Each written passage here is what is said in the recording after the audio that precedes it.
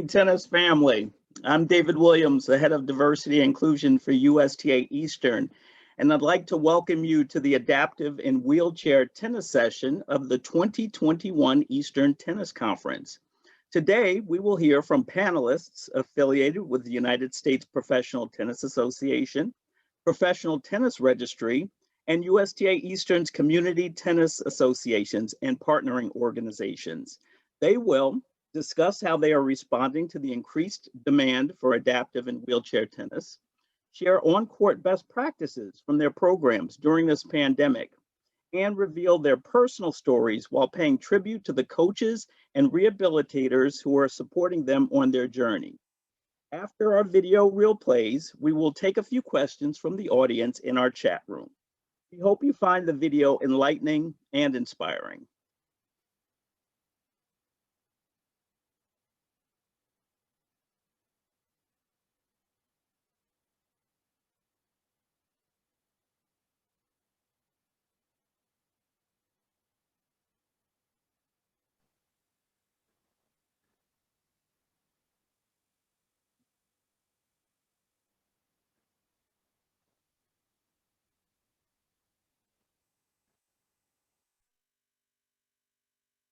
Good morning.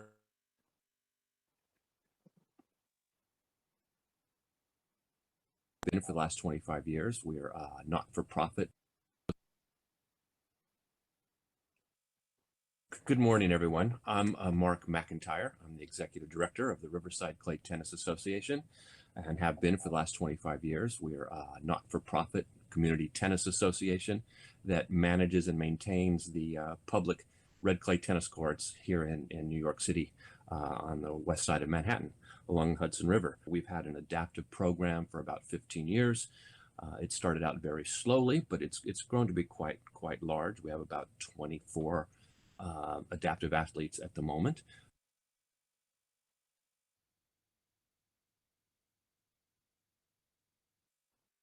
We had a great increase this past year. You know, tennis is an inherently socially distanced sport. You're across the net from people, but that isn't necessarily the case with all adaptive athletes. There's usually a need to be closer to that person. So what we did is, in order to make sure that we had as much safety as possible, we brought in a lot of volunteers, and we had tried to have a 1-to-1 ratio. And that meant, since we'll have 10 courts, we had to close the whole facility to the public 1 hour a week so we could have enough space to safely get our volunteers on and off the courts along with the athletes, and to give the athletes and the volunteers enough space on each court. We took our core group of volunteers who had been very well trained over the years. Every week we would have a new group come an hour early. We would train them off court, and then every volunteer would have 1 or 2 new people to come and help them. And so we built up a pool of volunteers, and we have about 25 volunteers right now, which is one for each adaptive player.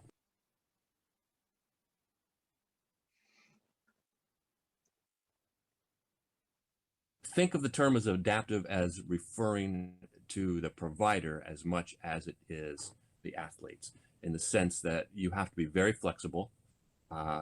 Every type of disability or challenge requires a different approach, and within whatever any particular category, each individual is going to require a different approach. In our particular program, we invite adaptive athletes, whether they have a physical challenge, a psychological challenge, emotional, or cognitive challenge. So we have the full range of adaptive players. So we have to treat each one differently. They may have a great deal of mobility, but not a lot of coordination. They may have zero mobility. They may be incredibly shy and have trouble interacting with people, but they might have normal physical skills. So you have to be very flexible.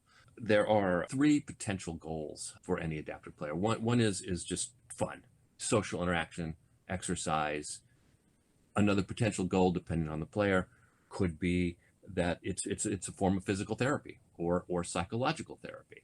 And then the last is basic skill improvement, just the way that if I take a lesson, I want to work on my serve, or I want to work on my forehand, I want to get better. I think all those are always going to be present. So those are things you're just going to have to balance. Which is more important? Which do you want to emphasize?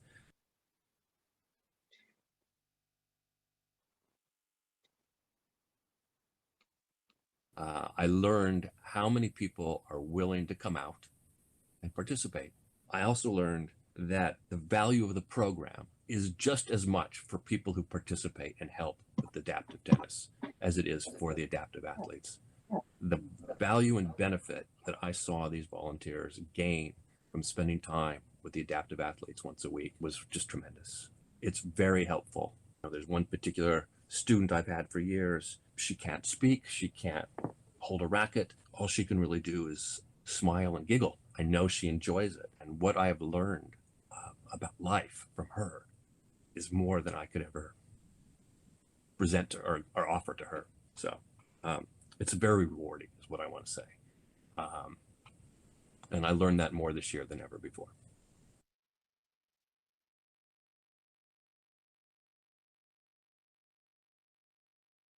The most critical thing you need is the space, the court time. So if you're not a facility like we are, where we already have it, the first thing I would do if I wanted to run a program I would have to rent that space. If you're a program and you do other things, you probably have all the equipment you need. Red, green, orange balls, youth tennis rackets, or adult tennis rackets if your athletes are adults. The other important component is having coaches. We use our staff supplemented by volunteers. So those are the three things you need. And if you don't have those, then that's what what you're going to need to spend the money on acquiring. Hi, my name is Lisa Pugliese-Lacroix. I am the founder of Love Serving Autism. I live in Delray Beach, Florida. And our program started in January 2017, and now we are in year 4 of the organization. We are expanding into North Florida. Thank you to the partnership of USTA Florida in 2020. So for the next 3 years, we do plan to expand and reach up to 800 children and adults on the spectrum throughout the state of Florida. And excitingly, we did a fun US Open event in 2019 in that generation, and met some wonderful people in New York and Pennsylvania and Massachusetts. So we do hope to open adaptive programs in those areas in the future, especially once things improve a bit with COVID. That is our goal. So I'd first of all like to share a PowerPoint with you to review some basic information about the organization. And also, my goal today is really to talk about how do we facilitate communication with our athletes. I am a speech and language pathologist for 18 years. I did go to graduate school here in South Florida. I'm also a certified tennis professional. So I really wanted to emphasize today the importance of utilizing communication skills and strategies to increase functional language skills for the children and adults on the tennis court. So the title of my presentation today is Adaptive Tennis, Facilitating Communication with Your Athletes. A tennis court is a wonderful place to really engage with the program participants and focus on communicating with them. So what are the benefits of adaptive tennis, and why is it, in my eyes, as a speech and language pathologist, similar to a therapy on the tennis court? First of all, we teach fine motor and gross motor skills, which is hand-eye coordination, running, jumping. It's a multidisciplinary approach, meaning, we are teaching tennis as professionals, but we're also working on communication skills and life skills and anything that we can teach the children and adults so that they can continue to work on these areas at home and in the community. We teach fitness, which is very beneficial for their motor planning skills. The benefits of teaching tennis for adaptive is it's a group setting. So oftentimes they might have a sibling come to the program. They might also have volunteers there. So it really provides great peer models and for social skills. We do obviously teach language skills and socialization. So they're not on the tennis court by themselves. They're coming to class, they're meeting their coach, they're meeting their mom or dad may be there, their brother and sister, and they're meeting other friends. So it's a great place to socialize and learn how to engage with others. Behavior modification. So a lot of our children do receive ABA therapy, which is applied behavior analysis. and meaning they do get help with transitions, both, from home to the car, from car to tennis. And our goal, especially in the near future, in the next year, is to integrate these behavior therapists into our programs to help with the transitions from, home to tennis, and also on the tennis court, being able to transition to new activities. We do invite parents and siblings to our classes because, parents, it's a great support network for them to be able to communicate with each other and talk about their children and the therapies they receive. And siblings, they love to feel empowered, like, they're a part of the family. And what we do learn in tennis, our goal is for it to generalize across all settings, meaning if we're working on communication skills and initiating conversation at tennis, it's important that the parents continue to work on this in the home setting. And also it's great because adaptive tennis, we have an opportunity to train tennis professionals. USPTA, PTR pros come to our classes, and, for the first time they're meeting a child or adult with special needs. And, and it does take a while, obviously to acclimate to the new program, but they end up loving it, and it actually opens doors into their life of, learning something new in the tennis industry. Here's a picture of 3 of our young adults volunteering at the 2019 Delray Open. They had so much fun, and they actually practiced greeting the guests as they enter the tournament. So, in addition to our tennis programs, we also focus on integrating the families and the children and adults into society. So, for instance, at an ATP or WTA tournament, it's great to invite the athletes to attend and to play in a clinic and maybe work as greeters at the tournament. So how do we promote communication, social skills, and how do we engage with our athletes on the tennis court? I made a quick list, again, which I think are wonderful strategies that really makes a difference. So number 1, you really want to create a routine, be consistent with what you're teaching. Create a visual schedule, which I do have for our program, which is an order of events. Whether you do greetings first and then you go into stretching and hand-eye coordination and stroke production.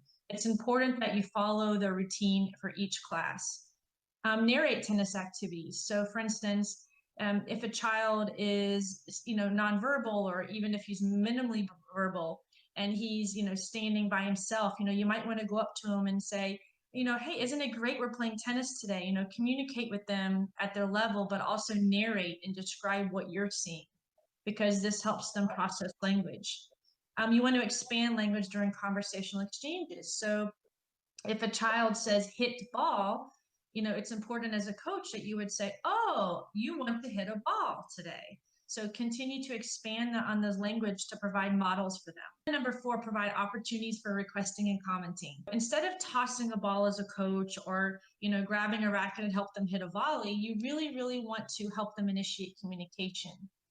So for instance, you might withhold a ball and you'll say ready, set, and the child says go, so that they are learning that, oh, they have to request first before they get to hit the tennis ball. Number 5, you like to model socially expected functional communication skills. So, whatever is socially expected, obviously at a tennis facility, it's a little bit different, our behavior, than at home and what's expected in public. So it's important for high school volunteers, coaches, parents, even to model those socially expected behaviors and communication skills. Number 6, use visuals. Use less verbal communication and more visual stimuli. It's important that instead of talking to the children and adults on the spectrum, that you use less words and more visuals, like pointing and keeping the language short enough where they can process. Children and adults on the spectrum really process faster visually than they do auditorily. So when you bombard them with language, it's overstimulating at times, and they're not able to process it. So if you visit a Love Serving Autism program, we do have communication visuals for the coaches, where the coach can point to yes, no cards or break, and therefore the child can process that a lot faster than he or she could with the words. Number 7, we'd like to encourage and provide intermittent verbal praise for the small successes. So remember, they may be in red ball programs for years, or they may graduate to orange and green dot. You don't know until they try, but we really want to praise them for everything they do, whether it's, hold a racket for the first time, or, bounce a ball and dribble with the racket. They really enjoy the positive verbal praise, and it keeps them motivated to attend the next class. So next, I would like to share with you a YouTube video. Kind of demonstrates what we do on our program, and it really talks about the benefits of using visuals and communication skills, and even social stories. Social story is really important in the world of autism, because what it does is it kind of prepares the child or adult for what's next. So if they've never been to tennis before, a social story will help them prepare mentally for what to expect when they attend their first class.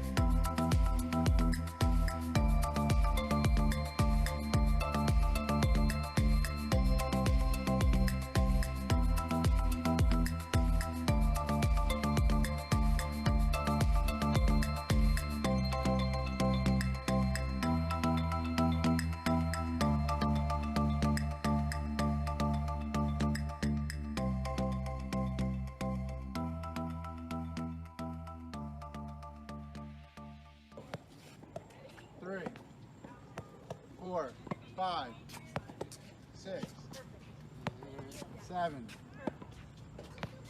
8. Oh, I missed. That's my fault.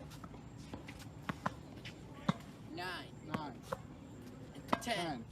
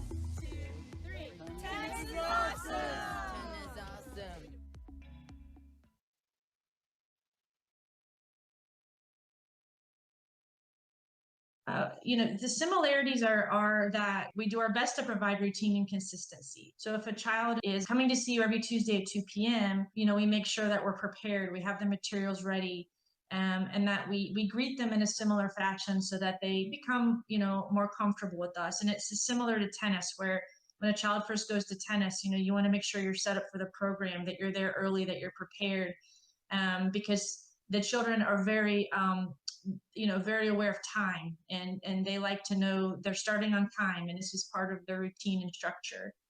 Some of the differences I feel and the benefits of therapy and even speech therapy on a tennis court is that we can add movement, we can add, you're outside on a big tennis court. Facilitating language in a tennis court is easier at times than it is in a therapeutic setting, in a clinic or an office at school. It's exciting to say that some of the same children that I've worked with in school settings and office settings, I see communicate more on the tennis court. And I think they enjoy it, and they're with their peers, and it's fun for them to be outside.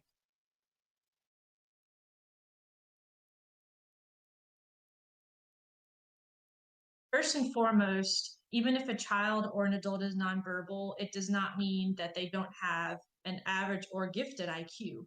I'd have to say that they may not be able to communicate. They may have something called speech apraxia, which is a motor programming kind of deficiency in their brain, and it's hard for them to communicate. So they may understand everything you're saying, whether they can verbalize that or not. So we always want to assume competency, and make sure that you continue to treat them with respect at all times, even if you don't realize that, hey, they fully understand what I'm saying. And I think a lot of the coaches are surprised when they see this on the tennis court, that a child may be nonverbal and come with his iPad, and that's their way to communicate, but they're fully following multiple step directions.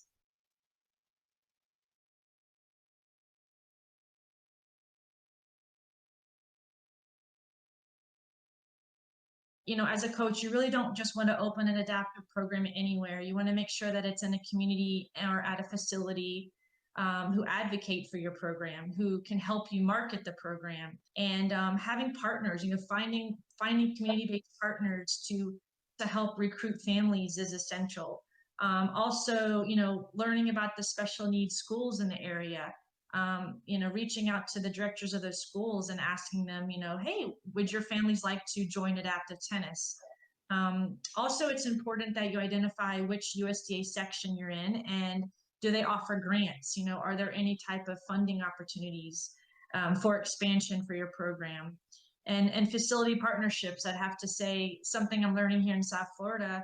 The clubs have been very, very receptive to our classes, and very appreciative of that. Typically, they donate the tennis courts here, and they work with us, and they ask, how can we get our pros trained and certified in something like this?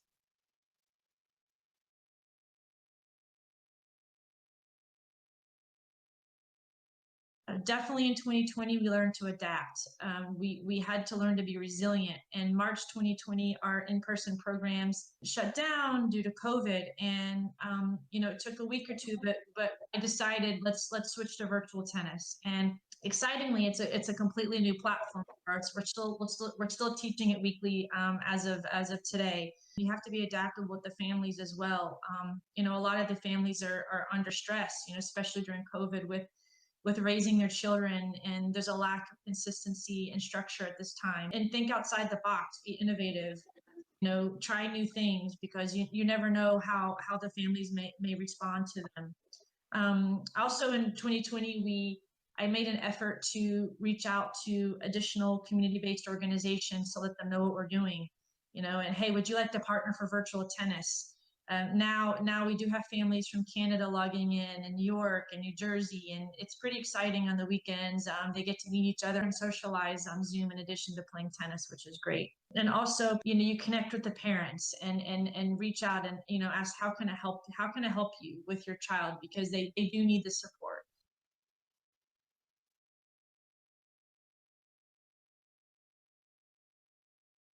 Most of the facilities do ask for liability insurance. So it's important that USTA has a master liability insurance program. And as an organization, say you receive grant funding, then you can apply through the USTA section, then you can apply to the USC Master Liability Insurance Program, and they give you a certificate every year for each location, so that you can provide to your facility saying that you do have liability insurance, especially for the children with special needs. It's important. Also, the funding can help with marketing. You might want to put your flyer on social media. You might want to, go on MailChimp and send the flyer to supporters of your organization. So it's important that you have some funding for marketing. And then 2 more items I listed: tennis equipment. You definitely would like to have, your tennis rackets, red balls, and modified equipment. We do go on Amazon and we order agility ladders and extra poly spots and cones and hoops, and we have obstacle courses, and we try to keep it fun for the kids. So make sure you have enough funding for tennis equipment. And lastly, I listed scholarships. Try to find, if you can, through grants or donors, funding for scholarships. So because a few of your families may say, I'd love for my child to participate, but right now we're not able to afford it.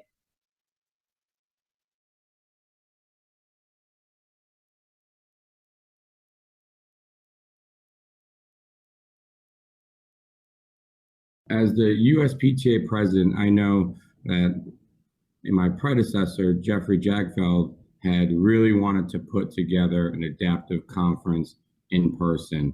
And for whatever reasons, it didn't happen, but I knew it was a high priority on his list as he was finishing up his term. And I just picked up the reins with it. And we had conversations amongst our board about who knows people that are in this field, that are knowledgeable, and can lead this kind of a workshop. We were able to get in touch with a couple of other people from autism, from wheelchair, that really are doing the magic and know what they're doing. My role is to just offer this and present it to our membership. This adaptive program and wheelchair tennis, to be quite honest, it's such an underserved program, and these pros that are delivering this, they are some of the best educators because they are more adaptive to the types of players that they have. They are able to go with the flow and figure out how to get their message across. Sometimes being adaptive is just making sure that they're having fun out there. I think for our foreseeable future for the USPTA, we're looking to still do one in person, where it's going to be a combination of theory, where we're learning the games and drills and how to interact with folks. And then there's going to be the application of it, where we're actually going to have, we're going to partner up with an autistic program where they bring in folks for us to deliver this to folks on court. And having this panel here is, again, just creating more of this awareness for pros. And, I can imagine that initially it's just daunting to a pro to think of how to work with someone in a wheelchair. But once you're out there, you're just going to get wrapped up in the moment, and it's going to be so personally rewarding for the pro.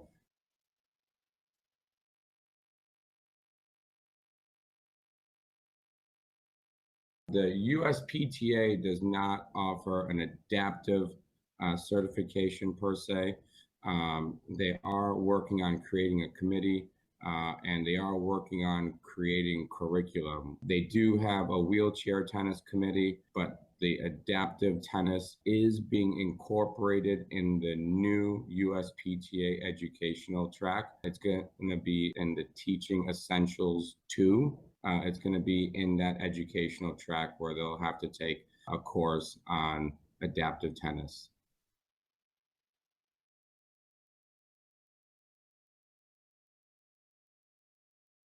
I think across our industry, or at least in the Eastern Division, we're doing great right now. The business is thriving. Most of us are super busy. It's nice to see this boom happening, because at the moment now, individual sports are back, baby. Team sports aren't really happening, and everyone is looking to try to be active.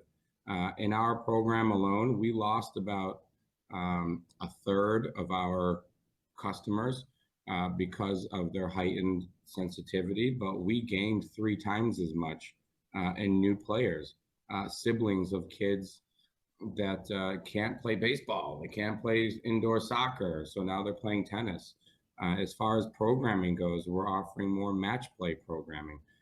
This way they are still being more socially distant. We're still offering our group lessons. Our 8 and under program is mandatory that the kids are wearing masks. It's mandatory that the pros are wearing masks on the court because of the close proximity. 10 and under, the orange ball kids, for the most part, are wearing masks. They're on a 78-foot court, but they're using the 60-foot court to play. 90% of the kids wearing their masks. When the pro is on the court or getting close to the kid, wearing his mask. For our yellow ball kids, all but one adult was wearing a mask. As far as the programming goes, it's just been about communication, letting parents know what's going on if anything changes in the program, letting parents know that, hey, the health board has been, they've reached out to us, and they will reach out to you if anything further needs to be done. That simple communication to the parents is essential, and they appreciate it, and they have a right to know.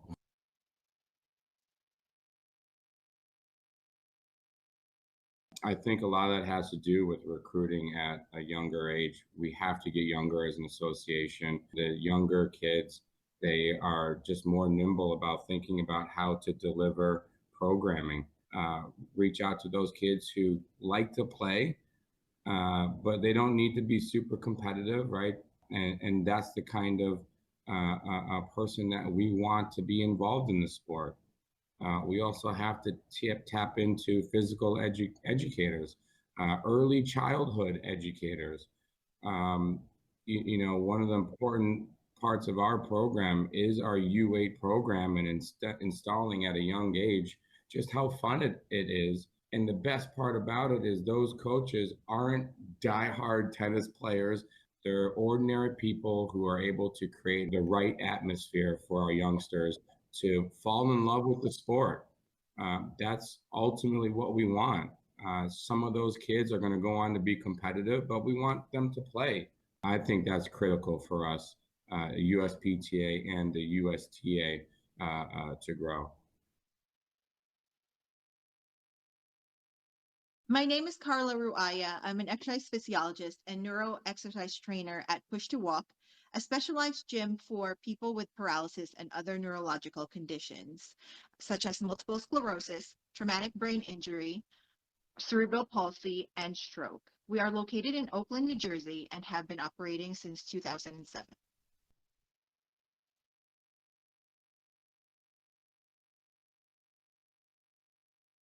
Individuals requiring use of a wheelchair, such as quadriplegic, paraplegic, and other type of neurological conditions, can participate as long as they have trunk control or can sit up. If they don't have good trunk control, you can use a harness to support them around their trunk. There are other equipment that can be used to assist with their needs, whether it's grip gloves or using athletic tape to secure their hand to the racket. If they have weak upper body and can move the sports chair well, you can still have them hit the ball using a foam ball if necessary without requiring them to roll the chair.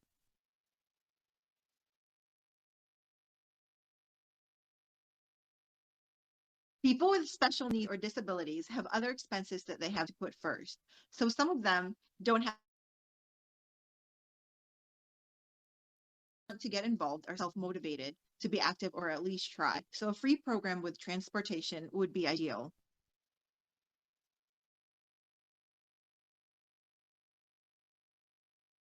When it comes to wheelchair and adaptive tennis for the masses that's conducted on a regular basis, weekly or biweekly, and not just a special event, grants help make it sustainable. It may not be the big money maker, but possible to add to your current program through grants or fundraising efforts. You just have to be a little more creative and have a team willing to help. This will also give your program inclusiveness and can really bring a community together. Just by networking with people who are already in the tennis world, or just other healthcare professionals in your community that you can ask for help.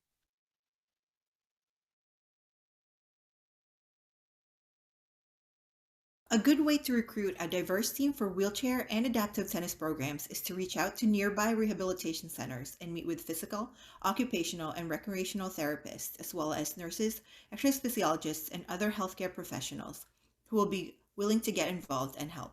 By working together with tennis professionals, a lot can be learned from one another and talents can be shared to run a successful program. Younger generation can be recruited through high school and college tennis players who are willing to help their community and at the same time gain knowledge and experience from seasoned professionals. Hi, I'm Jilly with PTR. At Professional Tennis Registry, I work in marketing and events, but I've also worked with our adaptive and wheelchair tennis programs for over 35 years.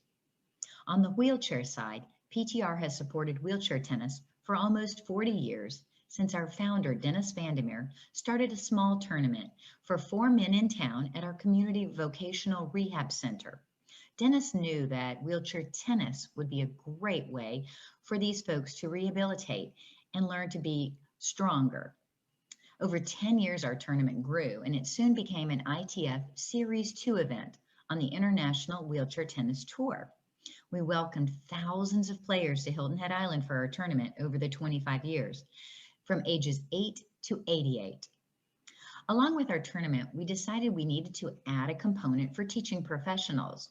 We added an instructing wheelchair tennis course so that tennis pros could become certified and learn the nuances of teaching wheelchair tennis. This could really help expand the sport. Now I'm happy to say that almost 1,000 PTR teaching professionals have become certified in teaching wheelchair tennis. And even more exciting, over 100 wheelchair tennis players themselves have also become certified to teach and share the sport they love. On the adaptive side of tennis, PTR presented the Special Olympics Tennis Championships back in 1999. This competition grew to an international level, and now, 21 years later, we've used the event to help train international folks in Special Olympic chapters around the world on how to hold a national competition. The Special Olympics Tennis Championships is a wonderful event offering great opportunities for players and for communities. PTR is very happy to have made such an impact on adaptive and wheelchair tennis.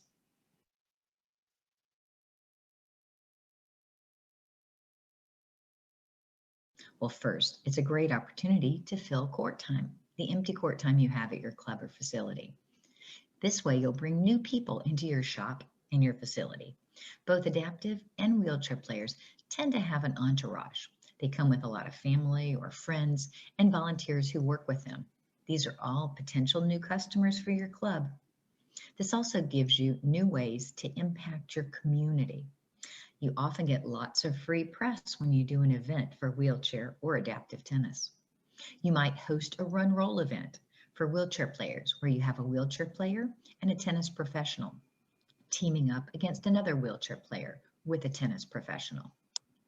You might have a unified event, which is what Special Olympics does, teaming a Special Olympics athlete with a regular athlete. When you host events like these, you can really form partnerships in your community. You can get the Kiwanis involved, the Knights of Columbus, other civic groups. You'll find that people and companies in your community will want to donate, and this will bring you new resources for your club and programs. So a really great way to get involved with your community, and the members of the community will respect and applaud you and your facility for bringing them this exciting, unique opportunity for them to see. But most importantly, by getting involved with Special Olympics and wheelchair tennis as a tennis professional, your club and your facility, you'll truly impact the lives of these players, offering them the opportunity to enjoy the sport that has brought so much to you. So remember, give back to your sport in this way. And talking about impact, you'll be surprised what an impact these amazing athletes will have on you personally. Their dedication, perseverance, their drive, their commitment. It's really awe-inspiring.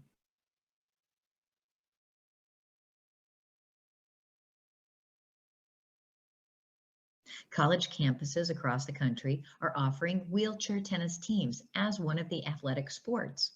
This is great exposure for the sport of wheelchair tennis. And these athletes are great role models and mentors for young wheelchair-bound kids. There are about 20 programs across the country right now. Georgia State was one of the first and earliest programs. The University of Arizona and the University of Alabama are the most prominent programs with wheelchair tennis teams. The wheelchair tennis team offers a great opportunity for a college education for these players with partial and full scholarships. It also offers the wheelchair players a great opportunity to advance in their sport with excellent training facilities, great coaching. You'll see University of Arizona player Dana Matheson recently made it to the US Open to play at Flushing Meadows. Of course, these wheelchair athletes also have a great opportunity for travel. The athletes are making the World Cup team and participating in the Paralympics representing their country. So here is Evan Enquist. He is the director of the program and head coach at the University of Alabama wheelchair tennis team. Roll Tide. Hey, Julie. Hey, everyone. My name is Evan Enquist, and I'm currently the head coach for the University of Alabama wheelchair tennis team. For the past 4 years, I've also served as the USTA National Subcommittee Chair for Collegiate Wheelchair Tennis. Julie asked me to speak on just a couple things nationwide and kind of here locally as well. On the national scale, wheelchair tennis has been around for about 20 years. This will be the 20th anniversary for the national championships. And historically, there's been somewhere between 10 and 20 schools that have some are still in the business, and some have kind of come and gone depending on their number of athletes. But more recently, in the past 5 or 6 years, we've seen some amazing growth. With back in 2015 having only 3 or 4 active schools that had coaches, players, and kind of funding to travel. And now we have almost 19 schools that we're talking to regularly that are ramping up their programming, adding funding, adding athletes. So we're seeing some tremendous growth. And if we would have had national championships last year, we were looking at about 12 to 15 teams. So we would be the largest collegiate adapted sport in terms of number of schools, number of unique schools. So hopefully this year we'll have that happen. Kind of on a local scale, we have a couple scholarships for athletes so they can come in, get their school paid for, get a college education while they're playing, and with the ultimate goal here of giving athletes, our wheelchair athletes on campus, the exact same experience that our able-bodied athletes have in terms of support, services, strength conditioning. We have a full-time strength conditioning coach. We have a full-time athletic trainer. We have 5 days a week of training, and we're very, very proud of how close we are to the able-bodied college experience that I had the privilege of going through as a player. So other than that, yeah, we have tremendous support by the university, and we have the option of practicing at the varsity courts, the indoor facility when needed, and it's kind of the way it should be. We'd love to see more college campuses around the country kind of adopt that style. It doesn't matter who you are on campus, we're all athletes, and so we get kind of those same opportunities is the goal. So we're definitely proud of what we've been able to do here, and a lot of schools, to name a few: Clemson, University of Michigan, Arizona, San Diego State. They're all really stepping up their game and professionalizing their programs. So that's just a quick update, and thanks for inviting me on your call. Hi, I'm Harlan Matthews. Been involved with wheelchair tennis since I started playing in 2001. I am a PTR certified instructor at the professional level and a clinician for PTR with their instructing wheelchair tennis course.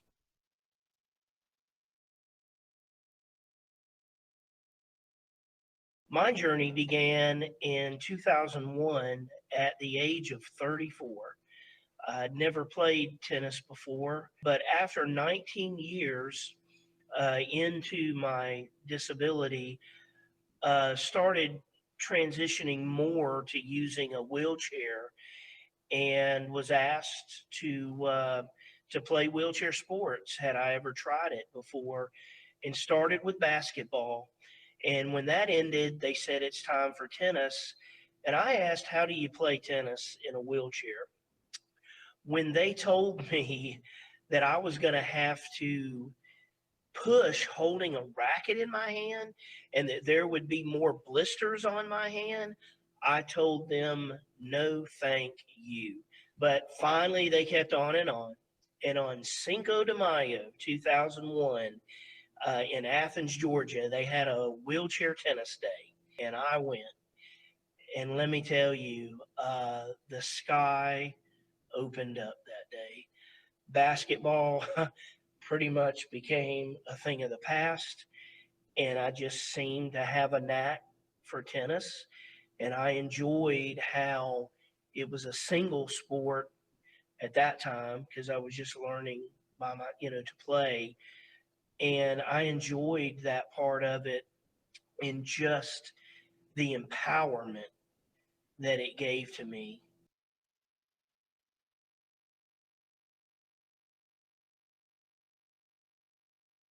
I'd had a diagnosis since '82. So I was 19 years in, but I recovered to the point where I could walk around pretty good, but it was a very noticeable limp and uneven gait. But I wasn't around anything to do with wheelchair sports or people with disabilities or anything. When I started transitioning into the chair for the first time in 19 years, I became mobile and really was empowering. And I was struggling to make that transition from walking to using a chair. And that was tough. And I thought I was the only person that felt that way because I didn't really still consider myself one of those people. And I thought I was the only person that had those thoughts and feelings until I went to a wheelchair sports camp in Warm Springs, and other people, including the instructors that were there, were going up and introducing themselves. And these were people totally paralyzed and had been for years, but said the same exact thing as what I was thinking. And when I left that camp, what I took from it was, one, using a chair doesn't totally define me, which is what I was worried that that's how people would view me, but it's only part of who I am. And it's what I do with that that's very important. And so just the empowerment that I received and the energy and the enthusiasm, I knew before I left that camp what I wanted to do, which is give that same feeling to so many other people. And I'm very, very blessed to know that that's my purpose. And I want to give that to everybody, whether you have a disability or not, that awesome feeling that tennis gave to me.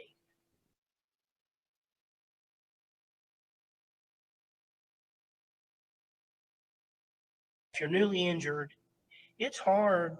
So many things are going through your mind. And to even fathom that you could be on a tennis court, a basketball court, or simply move from one place to another, get in and out of a car, in and out of bed, everything. It's a lot going on. Tennis has created, like I mentioned before, empowerment. And what happens is you become empowered on the court and you get this great feeling and this great energy. And what happens over time is it leaves with you and it transitions into your everyday life. I could tell you stories about people who came and were scared to get in a tennis chair out of their everyday chair, which is a comfort to them. It's what they know. And now, years later, are driving and have families. And so tennis helped create that. And I've said that tennis is the catalyst for change and for empowerment. And it worked for me, and I know it works for countless others.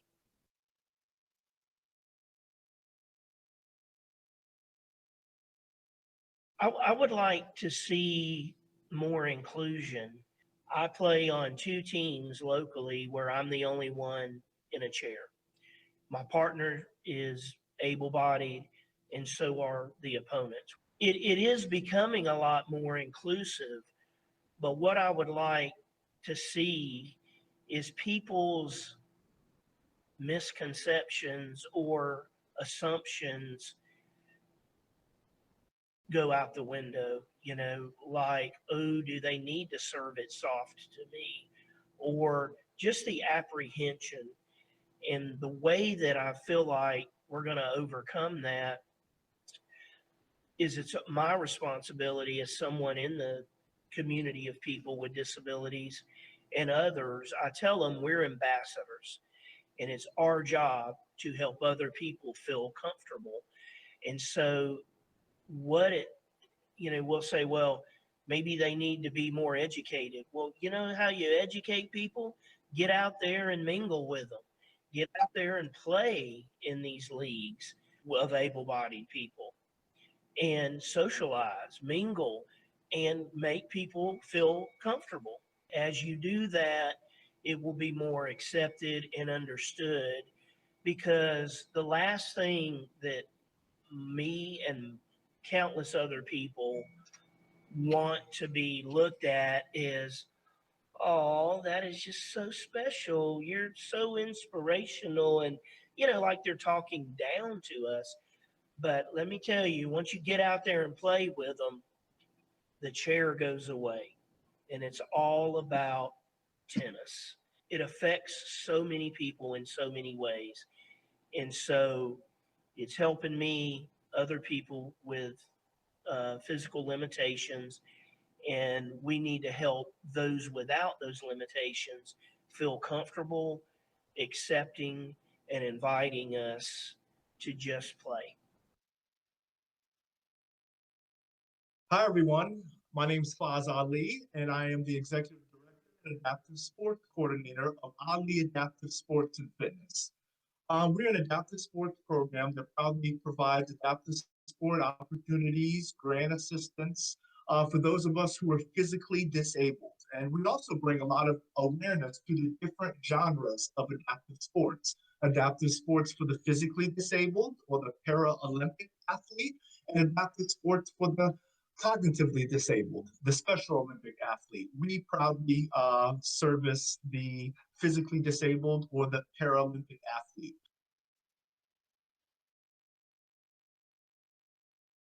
My journey into founding Ali Adaptive Sports really starts 20 years ago.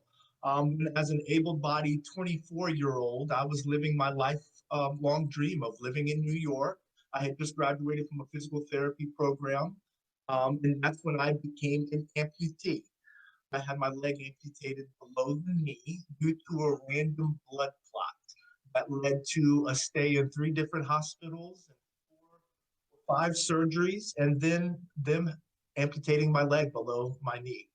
I went back to work full-time directly after my amputation 6 months later and worked on a rehabilitation unit for the next 14 years. But the first 7 years, I was not introduced to adaptive sports. No one ever mentioned adaptive sports to me at 24 years of age.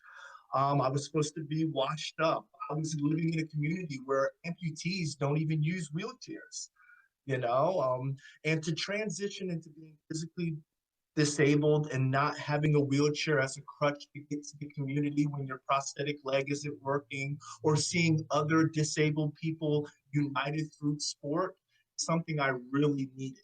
So when I found that window into adaptive sports after those 7 years, I can remember the first time I sat in a wheelchair playing wheelchair basketball. It was at West Point over the summer.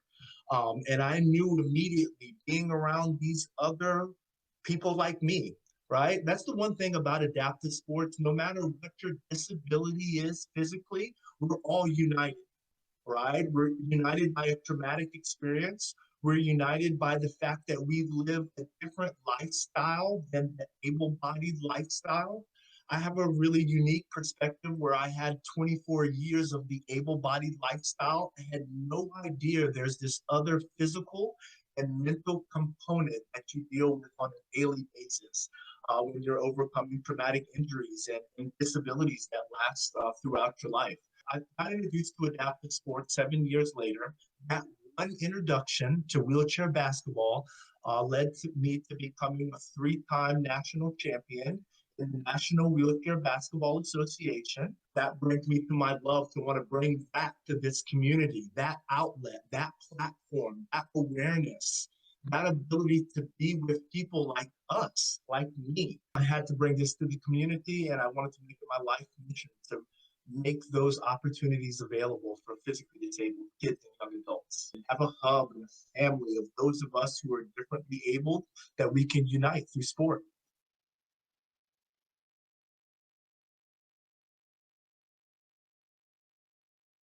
For me, I think the most important thing to be aware of is the 2 genres of adaptive sports, right? You hear someone having this adaptive, imagine there's an adaptive tennis clinic or a wheelchair tennis clinic. And they're saying it's adaptive sports, and I go to show up to it as a below-knee amputee, and when I show up, it's all Special Olympic athletes. And right away, I'm going to feel like I don't fit in. And then likewise, the Special Olympic athlete showing up, and it's all wheelchair athletes who all have great cognition, right? So just be aware of the 2 different genres. Also, don't look for numbers. If you're impacting one kid's life or one young person's life through Special Olympic adaptive sports or Paralympic adaptive sports, you're doing your job, because 1 leads to 2, leads to 5, leads to a successful wheelchair tennis program. The other thing is reach out to the people in the hospitals around to find out where are those hub of spinal cord injuries or spina bifida. Are they aware? Are there Paralympic adaptive sports being played in your community, right? If there are, who's running them? Because that's where you're going to find your pool of eligible athletes to participate in your wheelchair tennis program.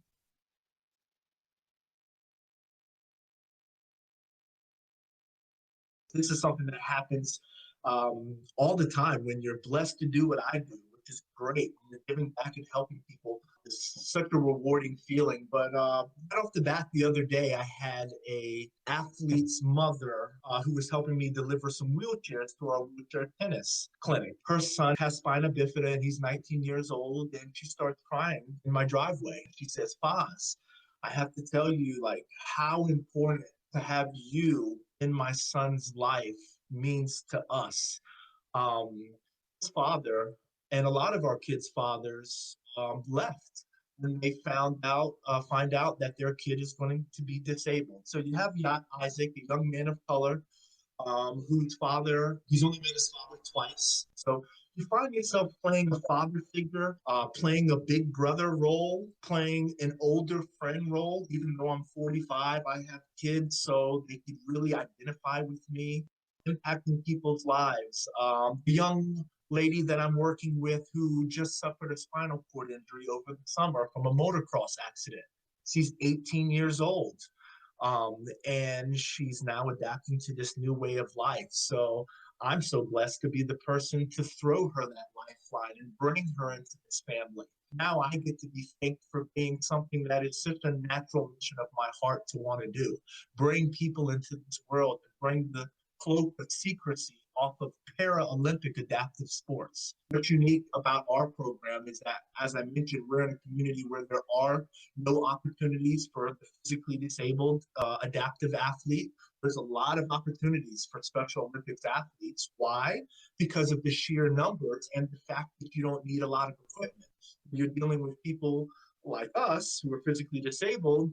Wheelchairs cost a couple $1,000s. And then to know someone that actually knows how to teach wheelchair tennis in a wheelchair, they don't come around often. So I'm really blessed to be able to impact all these lives so positively. And I thank it all to the platform of me being exposed to adaptive sports and using the host and all of my accomplishments to want to share that hope with others.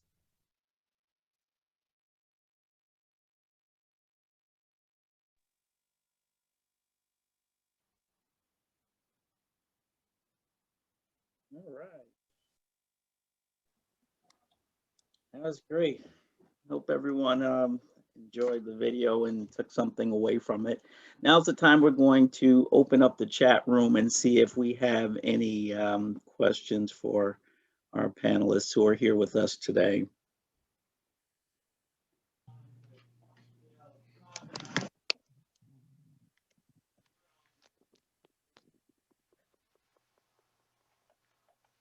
And we got a comment from Jeffrey Fairbanks. Perfect. Thanks for your information.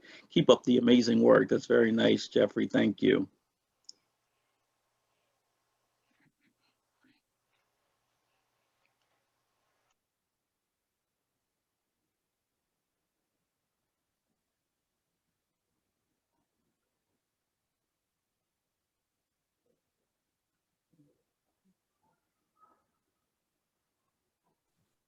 Okay, once again, the chat line is open. Okay. Oh, here's a question from Natalie. How many interested clients do you need to start a program?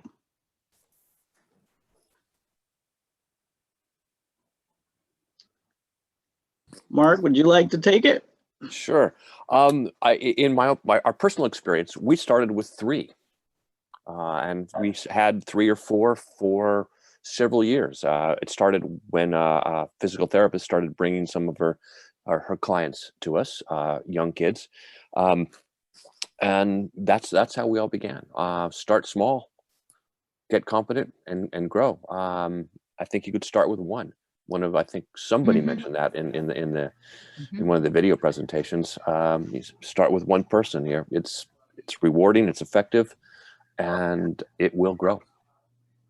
Absolutely. Yeah, I was going to just add to that. I think it's great if you start with just one, because sometimes that's all you might find.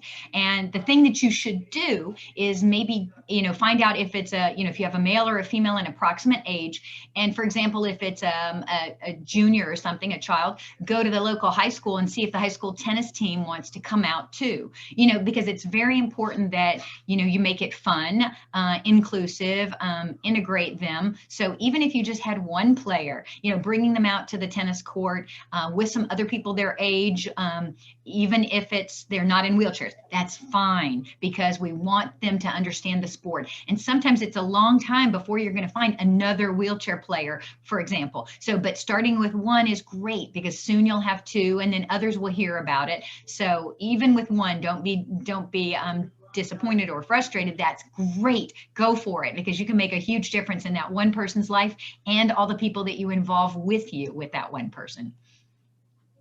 I would say that that's true. Yes, definitely. One is great. But another way to be able to invite more people is giving the information to nearby rehabilitation centers or hospitals that have an outpatient, because they generally have wellness centers that cater to people with disabilities, so various types. So letting them know that you are having that program or that clinic, they are very happy to share it with their patients or clients. So that tend to bring in a lot of people, or at least a group. But one will do for sure. That's great. Thanks, Carla. This was touched on as well during the video, and the question came up again. What are your suggestions for raising funds for travel and for special equipment? So how can we get additional funding for competitive wheelchair players? Hey, David, can I start off with that one? Yes, go ahead, Faiz, please. I think equipment is always going to be key when we're talking about the wheelchair athlete. I mean, these specialized wheelchairs cost money. So most of the wheelchairs that we have in our program are from the Challenged Athletes Foundation. At CAF, I've been able to bring 8 wheelchairs into our community through that application. That's Challenge Athletes Foundation. And they can individually fill out with family and be able to get a wheelchair. That usually closes in December, so everything has to be in by December, and you're awarded in April. So that's a great way to get wheelchairs. And they also have, you can get a wheelchair 1 year. They also have a $1,500 grant that's for training purposes and travel that the athlete could could take advantage of. Awesome. Thank you, Faiz. Anyone else? Yes. I was able to, I lucked out that Push to Walk is near Helen Hayes Rehabilitation Center is in Haverstraw, New York. So it's about 40 minutes away. They have a really good adaptive sports program. So I just we had a contact there because they would funnel some patients to our gym or refer them. So I called their director and I asked, may I borrow some chairs? I promise I'll take care of it. And you know, and they have me sign just a piece of paper, basically letting me know that I could borrow it and that I would take care of it. So I would just go pick it up, find out how many people are joining the clinic that date, and then pick up the chairs in various sizes, and then return it to them when it's done. So there might be that option that they will allow you to borrow as long as you take care of it. USPTA, you can also reach out to us if anyone's looking for some grant money. I don't think we'll be able to pay for chairs, but we could pay for some court time if that's something that someone wanted to do to get a program started. Great. Thank you, Jason. And I'd like to chime in a little bit on that as well. There are grants available through USTA at the national level and section where you can purchase what is the most expensive item, and that is the wheelchair, the tennis wheelchair. So definitely utilize USTA and just be creative and look online, look at different foundations and see if their mission lines up with what you're doing, and apply for those grants. thank you, Arlen. All right, and a question directly for Lisa, if you could share the contact in Pennsylvania where you'll be starting your program. I don't know if you have those details yet, Lisa, but I had a question from Lori about that. I think Lori just emailed me, so I'm still solidifying the location in Pennsylvania, so maybe we can work together on that. Thank you. Okay. All right, and we got some more thank yous in. So people found the video, and the message is very encouraging, and they want to go off and start their own programs now. So that's great. Okay. And yeah, I will mention too that on behalf of USTA Eastern and the Diversity and Inclusion Department, we do have an adaptive and wheelchair grant that will be active. We have a grant session this week. If you want more information on all the grants that are available, please join that session. But we will be offering up to $2,000 for organizations that have adaptive and wheelchair programs that they either have started and need to bolster and enhance, or to get running. So there's going to be more information about that as well. And we also have a list of references and resources, links, special links that you can get access to as well, that will be sent to all of the registrants of this particular session. So you'll get a list of resources that you can tap into. All right. And the award ceremony. Motion. I don't know if we want to just we have a ton of great sessions coming up, so make sure everyone just kind of joins into all of the sessions, as many sessions as they can. All right, so again, I just want to give, I think we're going to come to a close. If none of our panelists have anything else, I'd like to just quickly say, there's the award ceremony information. I'd like to give my very special thanks and appreciation to all of the panelists today.